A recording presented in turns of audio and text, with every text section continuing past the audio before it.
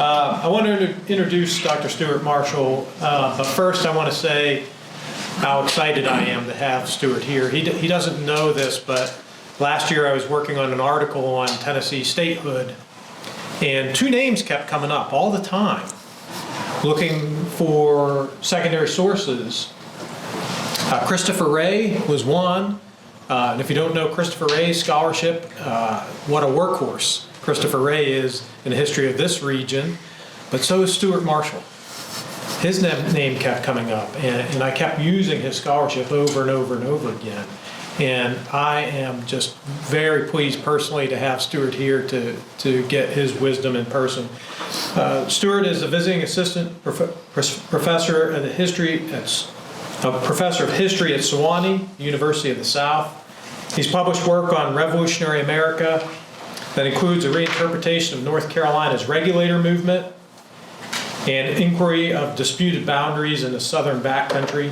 He's working on a book based on his dissertation, The Age of Junaluska, Eastern Cherokee Sovereignty in the Long Civil War Era, which he completed in 2023 at the University of North Carolina at Greensboro. He's also active in the Tennessee Trail of Tears Association and as a team member of ECHT, Eastern Cherokee Histories in Translation. Very happy to have Stuart with us this morning. Thank you very much. It's so good to be here. Thank you all for coming, and thank you to our wonderful hosts for putting on this tremendous event. It occurred to me as well that I'm actually a Civil War historian interloping today, so I thank you for including me, and my research is partly about this extended question of a Cherokee threat which loomed over Civil War Knoxville. So this question of, again, merciless Indian savages you will also find in the Civil War, but I promise I won't talk about the Civil War anymore today. My topic today about Cherokee country in the beginning of the Revolution. Lost the image there. I'll get Stuart or I'll come back. Let's see. I think the screen may have just timed out. So, I'll begin with a petition from 1788, and I'll work backwards from there. It was written in what's now East Tennessee and addressed to our brethren on the eastern side of the mountain. The short-lived state of Franklin had declared independence from North Carolina, but its residents now asked to be brought back into the fold for their own protection against a Cherokee threat. The petitioner, Lieutenant Colonel Daniel Kennedy, called for greater military aid from North Carolina, which would have the effect of uniting the people of this country back to your government. These mountaineers had, he said, stood forth in your cause when many sunshine patriots struck from the service of their country. Tracing a line back to 1776, he wrote, "Your memorialist humbly hopes that your internal bosoms will burn with resentment, as ours did for you, in the darkest times of the conflict with that daring and formidable host, Great Britain, and their allies, the savages." In this petition, the promise of American independence remained unfulfilled. The British were defeated, but the savages remained, and so the revolution continued. Thanks. So, this burning resentment for merciless Indian savages, which Dr. Lynch did a much better job of explaining that rhetoric in his paper. As outlined in the Declaration of Independence, this continued to echo for years after the war's outbreak. If we understand the Declaration as a war measure, we can appreciate the gravity of merciless Indian savages as a rallying cry for patriots to mobilize for a series of Indian wars. By casting Cherokees as the aggressors, patriots justified a violent retaliation. My focus today is on early patriot mobilization in the Cherokee War, sometimes called the Whig Indian War of 1776, and the Declaration's resonance within the longer campaign of invasion over Cherokee land. The paranoia of unrestrained savage warfare gave shape to revolutionary expansion and rogue state formation in Appalachia. It motivated patriots to go on the offensive, portraying their invasion of Cherokee land as an act of defense in the name of liberty. So when Thomas Jefferson coined the infamous merciless Indian savages phrase, the threat of the Cherokee Nation was surely on his mind, at least in part. A month after publishing the Declaration, he was encouraged by the invasion of Cherokee country in the summer of 1776. He said, "I hope the Cherokees will now be driven beyond the Mississippi, and that this in future will be declared to the Indians the invariable consequence of their beginning a war. Our contest with Britain is too serious and too great to permit any possibility of avocation from the Indians. This then is the season for driving them off, and our southern colonies are happily rid of every other enemy and may exert their whole force in that quarter." In an abstract sense, Southern patriots blamed King George for mobilizing merciless Indian savages, but they had more concrete grievances with his Indian agents, at whom they pointed the finger of blame, especially John Stuart, Superintendent of Indian Affairs of the Southern District, and his deputy, Alexander Cameron. And we're looking here at John Stuart's map of the Cherokee country, which he drafted after the Anglo-Cherokee War, during the French and Indian War. In North Carolina, there was another infamous name, that of the former governor, William Tryon. So, the Great Wolf, as Cherokees had called him, had brought a violent end to the Regulator uprising, but he failed to prevent an exodus of these insurgents west of Tryon Mountain, his boundary with the Cherokee Nation. The Regulator exodus from North Carolina led to rogue state formations on Indian land, including the Watauga Association in East Tennessee, the Henderson Purchase and Transylvania Colony in Kentucky, and even settlement on the Mississippi River. And here I digress. Not all regulators became patriots. We have to be careful about drawing a clear link there, but there is a connection. Tryon County on North Carolina's frontier was soon abolished by the state government, renamed to Rutherford in honor of the general who led the 1776 expedition against the Cherokees. In South Carolina, patriots had acted to prevent a British Cherokee conspiracy since 1775. Forming a haphazard Indian department of their own, they promised to supply ammunition to Cherokees so they would not have to depend on Britain. South Carolina patriots convened another peace talk with Cherokees in April 1776. Representatives from the lower towns and valley towns complained that they were without guns and ammunition and were fearful of a retaliation if they traded with the British. Patriots responded, "We beg that they will not listen to any bad talks from Stuart, Cameron, or any other, as they are your enemies as well as ours. But they can make few guarantees of supply or protection." And here you see Drayton's estimation of troop strength in each of the Cherokee town regions, as estimated in 1775.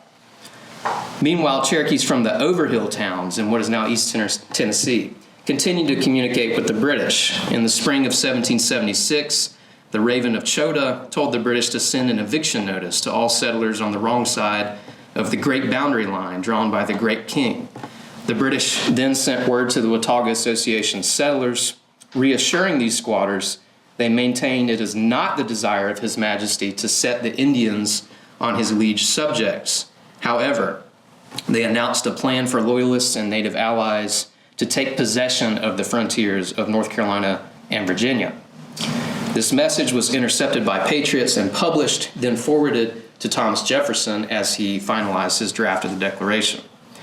In Transylvania, Richard Henderson spread news of British Indian agents starting a war and then fled back to North Carolina to gather recruits. Word spread to Virginia of Cherokees coming in such large numbers to murder our people, with rumors that they were conspiring with the Shawnees. Virginia patriots took notice of attacks on the Carolinas, noting that the Cherokees have broke out and committed many outrages and murders on the frontiers. Their hope was that by chastising those savages to intimidate other nations of them from attacking any of these United States. As the Virginia Gazette reported, King George had encouraged Cherokees to attack civilians, and many were killed by those merciless savages. It is to be hoped, however, that our frontier riflemen, joined to those of the Carolinas, will strike some blow that may intimidate the numerous tribes of Indians from falling into the measures of the tyrant and make a severe, baffling, and salutary example of the treacherous Cherokees. Similar sentiments echoed in a letter to William Preston. I humbly pray that your back inhabitants may be protected from the merciless savages, those devils in human shape, but to root them out, every man and mother's son of them. In South Carolina, Henry Laurens reported that the name of Stuart and Cameron will forever be detestable in Carolina because they had instigated the Cherokees to murder helpless women and children. In North Carolina, news spread of the cruel Indian War brought about by the wicked and diabolical Superintendent Cameron. A reported 200 men, women, and children were killed, convincing patriots that the British government was the most tyrannical and bloody on earth. North Carolina's Provincial Council had spent nearly 3 weeks on this Indian business, mobilizing for a definitive strike against the Cherokees. North Carolina militiamen prepared hunting shirts dyed black with the words "Liberty or Death" stitched into white on the breast. I imagine it looking somewhat like the hunting shirt you see depicted on this 1775 example of currency. They also cut a bucktail from a deerskin to serve as a cockade in their hats. And it's thought this is a symbol in defiance of Stuart and Cameron and British restrictions on the illicit deerskin trade across Appalachia. North Carolina patriots targeting the middle and valley towns in their backyard prepared for a scorched earth campaign. At the head of the expedition, General Griffith Rutherford announced his desire to crush that treacherous, barbarous nation of savages with their white abettors who mean to extinguish every spark of freedom in these United States. North Carolina's delegates to the Continental Congress outlined their hopes to carry fire and sword into the very bowels of their country and sink them so low that they may never be able again to rise and disturb the peace of their neighbors, to extinguish the very race of them, and scarce leave enough of an existence to be a vestige and proof that a Cherokee nation once was. The 3 delegates who authored this statement were the same who had left their signatures on the Declaration of Independence a month before. To carry out this plan, a total of about 6,000 troops were mustered by the southern colonies, involving a 3-pronged assault on Cherokee country in the summer of 1776. Very approximately here indicated with those red arrows that you see. This force included North Carolina troops led by General Griffith Rutherford, South Carolina troops under Major Andrew Williamson, and Virginia troops under Colonel William Christian, and 200 Georgians under Colonel Samuel Jack. While the southern colonies found common cause, they hoped to carve up the Cherokee Nation and exploit the divisions across its several town regions, targeting even those who had attempted peace or neutrality. South Carolina forces marched on the Cherokee lower towns, planning to rendezvous with North Carolina troops moving through the middle and valley towns. Meanwhile, Virginia troops were to move up the Holston River to attack the overhill towns, to be later reinforced by the Carolinas. South Carolina's forces, which included some Catawba Indian volunteers, faced the most severe fighting in the lower towns. Alexander Cameron organized a line of defense on the Kiowa River, which the Patriots overcame with some light casualties. Though North Carolina supplied the bulk of the troops, the state was ill prepared. A general draft was ordered for all men from ages 16 to 60. Even pacifist Quakers and Moravians were told they would be drafted to serve in the expedition. North Carolina officers wrote of their preparation for the present expedition to the nation, stocking up on luxuries of coffee and sugar, but lacking the basics, in need of tents and better horses.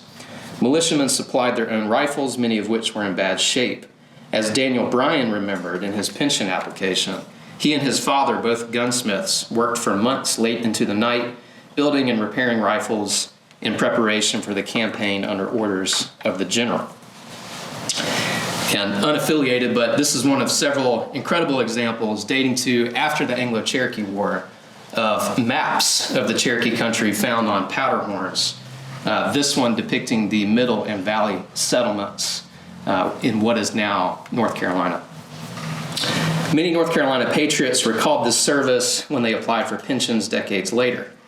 Daniel Allen remembered his service against the Tories and Indians who were troublesome to the Whigs. Abram Hill remembered settling on the Nolichucky River, where the Cherokee Indians were frequently amongst us and very friendly, but they conspired with the Tories and soon drove us into our little forts. Other veterans included Samuel Hillis, who remembered seeing 4 children murdered and lying in the road, murdered by Cherokee Indians, and shortly after started with the army over the mountain after the Indians. Andrew Medden remembered hard marching through the Catawba Valley, finding evidence of murders at abandoned cabins. Benjamin Howard remembered, in the summer of 1776, the Cherokee Indians became troublesome, and in one case he claimed they surrounded a frontier schoolhouse to kill the teacher and students. John Boone remembered, the Cherokee Nation of Indians were stirred up and excited to become hostile and take up arms by the influence of British agents. They were murdering and doing immense mischief in the frontiers. We destroyed and burnt their grain and houses and towns.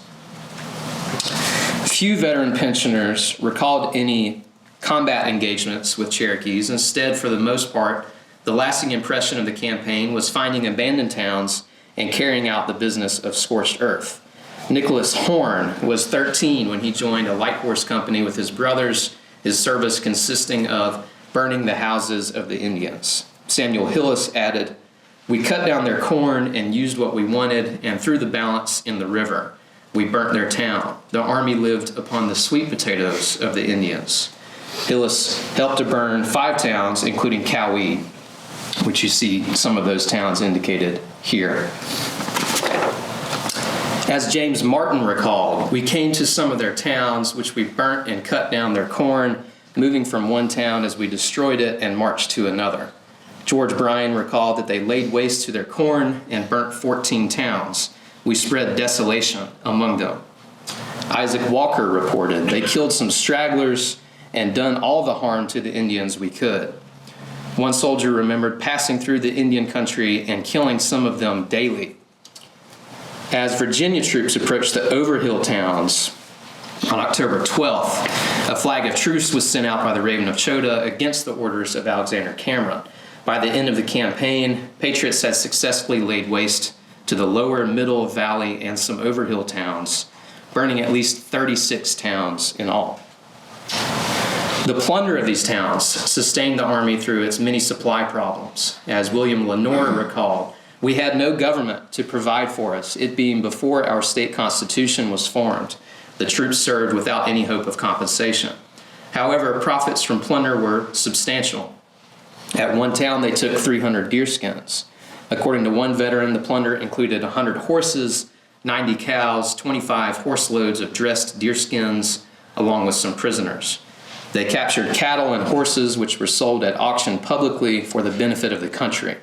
One officer recalled selling all our plunder, but a dispute arose around whether Cherokee prisoners could be sold as slaves. The soldiers declared if they could not profit from selling them as slaves, they would kill them on the spot. At least one Cherokee prisoner was murdered by a man seeking revenge for his family. Captivity of Cherokees persisted, as authorized by one resolution of the North Carolina Senate. One citizen was to keep in his possession an Indian boy taken prisoner from the Cherokee Nation. The legislature of South Carolina celebrated the success of the campaign. The critical commencement of the Cherokee War, they announced, had proved the unrelenting tyranny of our British enemies and their savage allies. The complete conquest of the Cherokee lands could now be accomplished through the defeat of those merciless savages. The South Carolina legislature deterred enslavement of Cherokees from the campaign, instead authorizing scout bounties, offering a reward of 75 pounds of currency for each scout taken. Though most Cherokees conceded defeat, some organized a prolonged resistance, most famously Dragon Canoe and the Chickamaugas, who declared independence from the Cherokee Nation to continue the fight into the 1790s. Their actions in 1777 convinced patriots that the war was far from over. As Evan Shelby was warned in 1777, "I cannot conceive that the Indians will ever make peace, while Cameron has it in his power to persuade and bribe them to commit hostilities. They are the most mercenary people on earth. The only way to bring them to a quick and permanent peace is to gather about 500 well-affected men to their country as volunteers and push immediately into the towns. One 1777 resolution called for General Rutherford to retain 8 companies of militia or 400 men at his command for ready use against the Cherokees. Beyond this mobilization, the state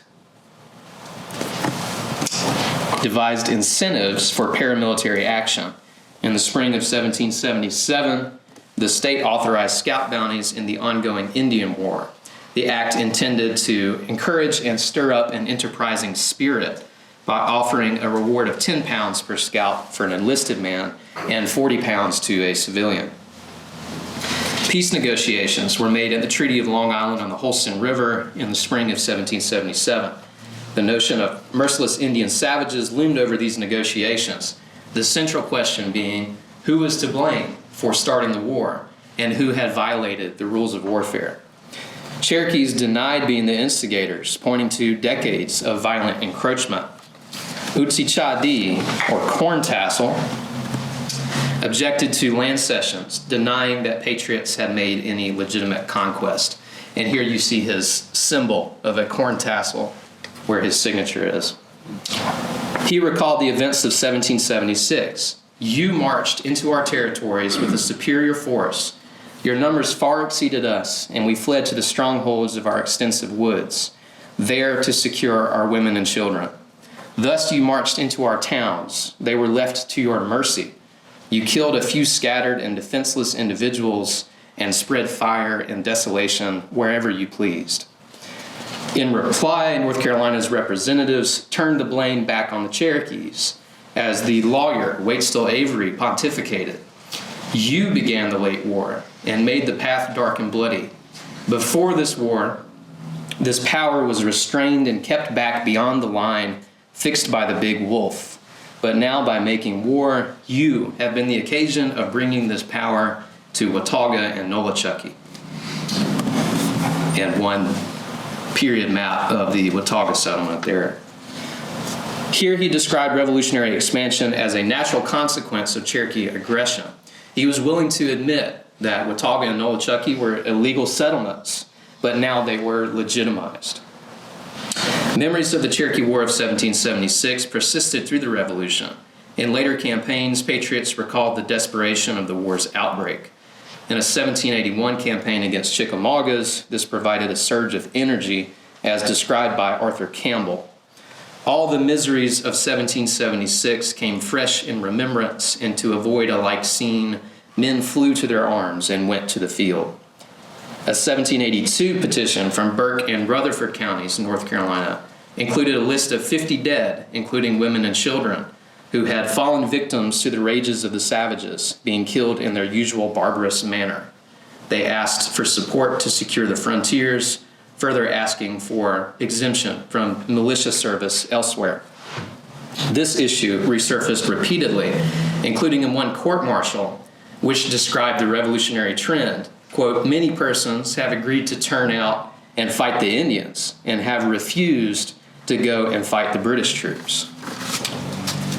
Cherokees were not simply the pawns of the king, as patriots had often alleged. Long after the British had been defeated, the notion of merciless Indian savages continued to serve as a rallying cry of revolutionary expansion. When one group of Appalachian settlers gathered to discuss ratification of the U.S. Constitution, they explained the pressing concerns of a prolonged Cherokee War. A number of our citizens fell victims to the savage barbarity, and those who have escaped their bloody fingers must take up with hunger for their companion and familiarly shake hands with the cold hand of poverty. They had been obliged to raise arms in our own defense or otherwise submit to the bloody hatchet. In remembering the Cherokee War of 1776, historians have often retold one particular scene of carnage. Though probably embellished, the details nonetheless paint a vivid picture of this graphically violent campaign through a desperate hand-to-hand fight.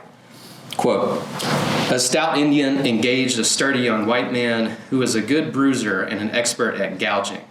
After breaking their guns on each other, they laid hold of one another when the cracker had his thumbs instantly in the fellow's eyes, who roared and cried, Kanali, enough, in English.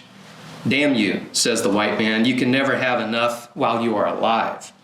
He then threw him down, set his foot upon his head, and scalped him alive.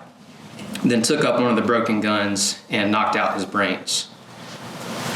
Take that with a bit of a grain of salt, it being a later source. But what were the actual dying words of this Cherokee warrior? Historians have offered a few different interpretations. Kanali meant enough, stop, or perhaps it was an insult. The more likely explanation is that he was saying, "Oganali, my friend." Oganali, it should also be noted, is also a name for poison ivy. In Cherokee culture, when one accidentally walks into a patch of poison ivy, you say Oganali to prevent injury by the plant. These layers of meaning were lost in translation. While patriots imagined merciless Indian savages, maybe Cherokees envisioned a sinister and toxic vine creeping across the land. In any case, when it came to this Cherokee plea for a ceasefire, no mercy was given. Thank you all.